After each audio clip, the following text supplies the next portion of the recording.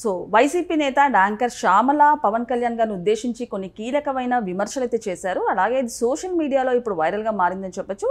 Urea, diarrhoea, కలెరా అంటూ కూడా కొన్ని కీలకమైన కమెంట్స్ అయితే చేశారు. మరి దీని గురించి విశ్లేషించుకోవడానికి మనతో పాటు senior journalist and political analyst Krishna Kumar గారు ఇప్పుడు మనతో ఉన్నారు. నమస్తే మేడం.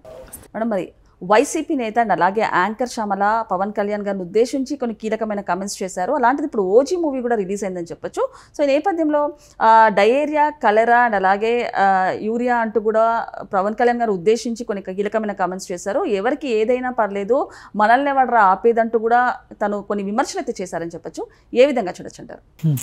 ఇంకా ఆవిడ వ్యాఖ్యల్ని ఎవరు పట్టించుకుంటున్నారు? ఆవిడ అధికార ప్రతినిధి అని ఆవిడ అనుకుంటుంది.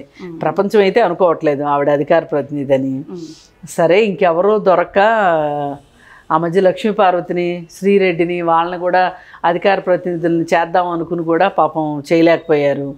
అలాగే గోరెంట్ల మాధవ్ని, వీళ్ళందరినీ కూడా లిస్టులో ఉన్నారు, పరిశీలనలో ఉన్న పేర్లు అని చెప్పి రాశారు.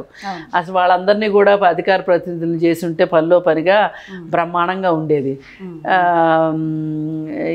ఇంతకంటే ఏం మాట్లాడుతుంది? ఇప్పుడు టిక్కెట్ల పెంపు అనేది తప్పు, ఏ ప్రభుత్వం చేసినా తప్పు. కాకపోతే మీ జగనన్న పోయినసారి గవర్నమెంట్లో ఉన్నప్పుడు ఒక యాక్టర్కి తగ్గించటం టికెట్ రేట్లు, ఇంకొక యాక్టర్కి టికెట్ రేట్లు పెంచడం లాంటి కుప్పిగంతుల పనులు చాలా చేశాడు.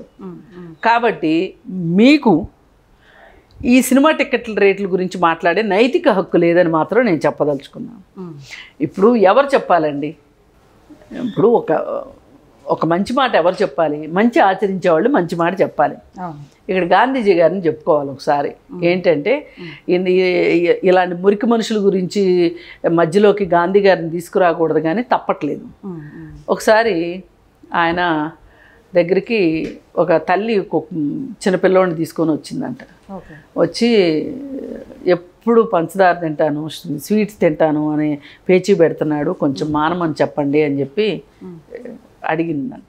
అడిగితే ఈయన, అమ్మ ఒక వారం ఆగిరా అని చెప్పాడంట. మళ్ళీ వచ్చిందంట. లేదమ్మా ఇంకో వారం ఆగిరా అని చెప్పాడంట. వారం ఆగి వచ్చారు. మళ్ళీ వస్తే అప్పుడు కూర్చోబెట్టి, అమ్మ తీపి తినకూడదు, తీపి తినడం వల్ల ఆరోగ్యానికి మంచిది కాదు అని ఆమె ఇంట్లో రోజు ఏం చెప్తుందో అయ్యే మాటలు గాంధీ గారు కూడా చెప్పారంట. ఆమె అడిగిందంట, కోపం వచ్చి, ఏంటండి నేను రోజు చెప్తున్నాను, వాడు మాట వినట్లేదు, మీరు అవే చెప్పారు, ఈ మాట లేదు మొదటిసారి వచ్చినప్పుడు చెప్తే నేను 2 సార్లు తిరిగేది తప్పేది కదా అంటే, చూడమ్మా నేను బెల్లం తింటాను, నేను తింటూ ఇంకొకరికి తినొద్దని చెప్పడం కరెక్ట్ అనిపించలేదు నాకు, అందుకని చెప్పి నేను వారం రోజులు అన్నాను, వారం రోజుల్లో నేను మానుకోగలనేమో అనుకున్నాను, మానలేకపోయాను, అందుకని మళ్ళీ ఇంకొక వారం అడిగాను టైము, నేను మానటం కోసం ఈ టైము, మీ అబ్బాయికి చెప్పటం కోసం కాదు అని చెప్పి పంపించారంట. దీంట్లో నీతి ఏంటంటే, మనం ఒకరికి చెప్పేటప్పుడు మనం ఆచరించాలి. మనం ఆచరించింది ఏది చెప్పే హక్కు మనకు లేదు. ఓకే కదా? 100%. మరి దీన్ని కనుక ఇక్కడ అప్లై చేసుకుంటే ఈ మురికి మనుషులకి, ఈ మనుషులు చేసింది ఏంటి? పోయినసారి గవర్నమెంట్లో సినిమా టికెట్ల విషయంలో ఇదే పవన్ కళ్యాణ్ సినిమా రిలీజ్ అవుతుంటే టికెట్ రేట్లు తగ్గించారు. అలాగే ఆ తర్వాత ఇంకొక హీరో సినిమా రిలీజ్ అవుతుంటే టికెట్ రేట్లు పెంచారు. తగ్గించినప్పుడు ఏం చెప్పారు? సామాన్యుడికి మేము వినోదాన్ని అందించాలి అంటే సినిమా టికెట్ల రేట్లు తగ్గిస్తున్నాము అని చెప్పారు. మరి మళ్ళీ పెంచినప్పుడు సామాన్యులకి సినిమా అక్కర్లేదా? అంటే మేడం, ఎన్నో మూవీస్ వస్తుంటాయి, ఎంతోమంది హీరోలు నటిస్తూ ఉంటారు, కాకపోతే ఎందుకు పవన్ కళ్యాణ్ గారినే టార్గెట్ చేసి ఇలాంటివి చేస్తున్నారంటారు? అంటే అంతకుముందు మూవీ చూడకముందే, మూవీ రాకముందే బాయ్కాట్ హరిహర వీరమల్లు అంటూ కూడా వైసీపీ నేతలు చేశారని చెప్పొచ్చు. ఇప్పుడు కూడా నీకు ఓట్లు వేసింది సినిమాలు చేసుకోవడానికా, షూటింగ్లా అని చెప్పేసి అంటూ కూడా ఆర్కే రోజా గారు కూడా వ్యాఖ్యానించారు. ఏమంటారు మేడం దీని గురించి? అవును, కరెక్టే. మరి నీకు సేవ చేయమని చెప్పి నీకు ప్రజలు ఓట్లేశారు, గెలిపించారు, నువ్వెట్లా జబర్దస్త్ చేసా? అందుకే అనింది, మురికి మనుషులని నేను ఊరికినే అనలా, చెప్పేదోటి చేసేదోటి, చెప్పేదానికే నీతులు. సినిమాలు చేయడానికి నీకు తీరికెక్కడిది అని అంటే, జబర్దస్తులు చేయడానికి నీకు తీరికెక్కడిది? ఒక పొలిటీషియన్కి ఎక్కడ టైం దొరుకుతుంది? అదేమంటే నేను మంత్రిని అయ్యాక మానేశానని చెప్పొచ్చు తెలివిగా. ఎమ్మెల్యేగా ఉన్నప్పుడు చేయొచ్చా? ఎమ్మెల్యేగా ఉంటే కూడా చేయకూడదుగా. ఎమ్మెల్యేకి పనులు ఉండవా? మంత్రులకేనా పనులు ఉండేది? అప్పుడున్న బాధ్యతలే ఇప్పుడు కూడా ఎక్కువనే ఉంటాయి. ఎందుకంటే ఓడిపోయిన జనాల్లో ఉండాలి కదా. ఒకసారి రాజకీయాలులోకి వచ్చిన తర్వాత జనాల కోసం నేను ఉన్నాను అని నమ్మిన తర్వాత నిజంగా జనాల కోసం ఉండాలి. మరి మీరు చేస్తేనేమో రైటర్ను ఉంటాయి కదా సామెతలు. అందుకని చెప్పి అవన్నీ నేను ఇప్పుడు చెప్పలేనులే. కానీ ఈ బ్యాచ్ అంతా ఇంతే. వాళ్ళు పవన్ కళ్యాణ్ని టార్గెట్ చెయ్యాలి.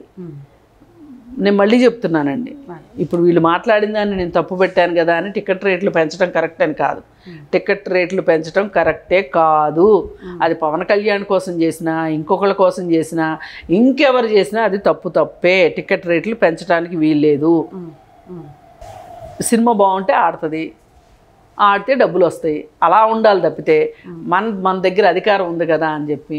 ఇప్పుడు చూడండి, తెలంగాణలో రేట్లు పెంచారు. ఆయన ఎవరో కోర్టుకు వెళ్ళారు, రేట్లు పెంచడానికి వీల్లేదని ఇచ్చారు. ఏమైంది ఇప్పుడు? అంటే మీరు మనం చేసేది కరెక్టా అని ఒక్క క్షణం కూడా ఆలోచించుకోరా?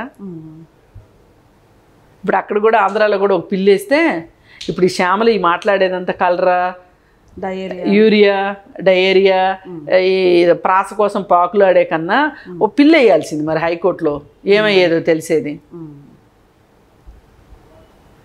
అప్పుడు వీళ్ళు పిల్లు వేసారనుకో, హైకోర్టు కూడా అడిగేది మరి మీరు ఎట్లా చేశారమ్మా అని. ఇప్పుడు మనం ఎట్లా మాట్లాడుతున్నామో హైకోర్టు కూడా అడిగేది. అందుకని హైకోర్టుకి వెళ్ళడానికి మొహం లేక ఇలా మాట్లాడుతున్నారు.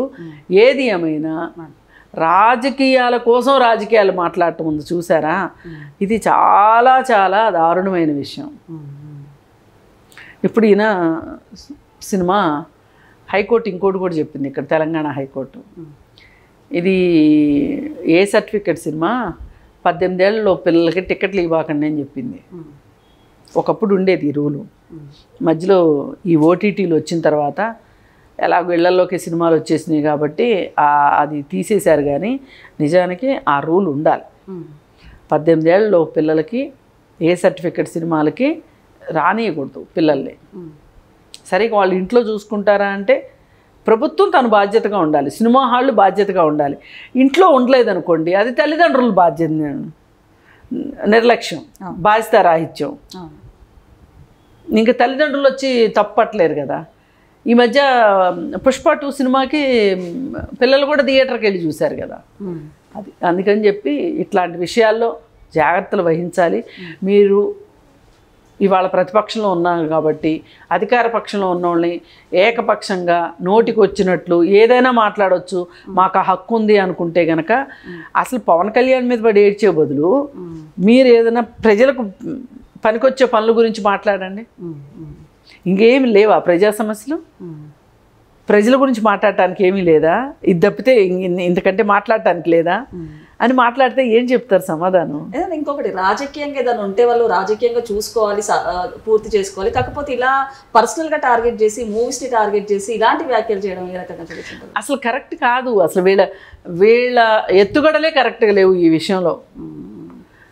ఆమె ఎప్పుడు టాపిక్ దొరికినా పవన్ కళ్యాణ్ మీదకి ఒంటికాల మీద వస్తుంది. ఆమె కాదు, వైఎస్ఆర్ పార్టీ వాళ్ళు మొత్తం ఒంటికాల మీద వస్తారు. ఎందుకు? రీజన్ ఏంటి అంటే ఈ పవన్ కళ్యాణ్ విడిగా పోటీ చేసుంటే ఓట్లు చీలిపోతే మేమే గెలిచేవాళ్ళం. 2019లో అలాగే కదా వీళ్ళు గెలిచింది. అందుకని ఈసారి చంద్రబాబు నాయుడుతో కలవకుండా ఉండుంటే మేమే గెలిచేవాళ్ళమే. మాకు అధికారం రాకుండా చేశాడు. మేము 30 ఏళ్ళు మాదే అధికారం అని విర్రవీగుదామని మేము అనుకుంటే మా ఆశలకి గండి కొట్టాడు. ఇప్పుడు సీఎం అయిన చంద్రబాబు నాయుడు కన్నా పవన్ కళ్యాణ్ మీదనే వీళ్ళకి కోపం ఎక్కువ. అందుకే సింహం సింగిల్గా వస్తుంది, సింహం సింగిల్గా వస్తుంది అంటే మీరు సింగిల్గా మిగిలిపోయారు. అందుకని కొంచెం ప్రజలకు సంబంధించిన విషయాల మీద మీరు దృష్టి పెట్టండి. సినిమా చూసే వాళ్ళ మీద మీరేమంత జాలి పడక్కర్లేదు. వాళ్ళకి సినిమా టికెట్ ఎక్కువ ఉంటే సినిమా వాళ్ళు ప్రేక్షకులే బుద్ధి చెప్పాలి. ఏంటి అంటే రేట్లు తగ్గేదాకా సినిమా చూడకుండా బాయ్కాట్ చేయండి. పుష్ప 2కి అలాగే చేశారు కదా. కానీ ఈ సినిమా విషయంలో ఏదో వెర్రెక్కిచ్చేసింది ఈ సినిమా. కనెక్ట్ అయింది పీపుల్కి బాగా.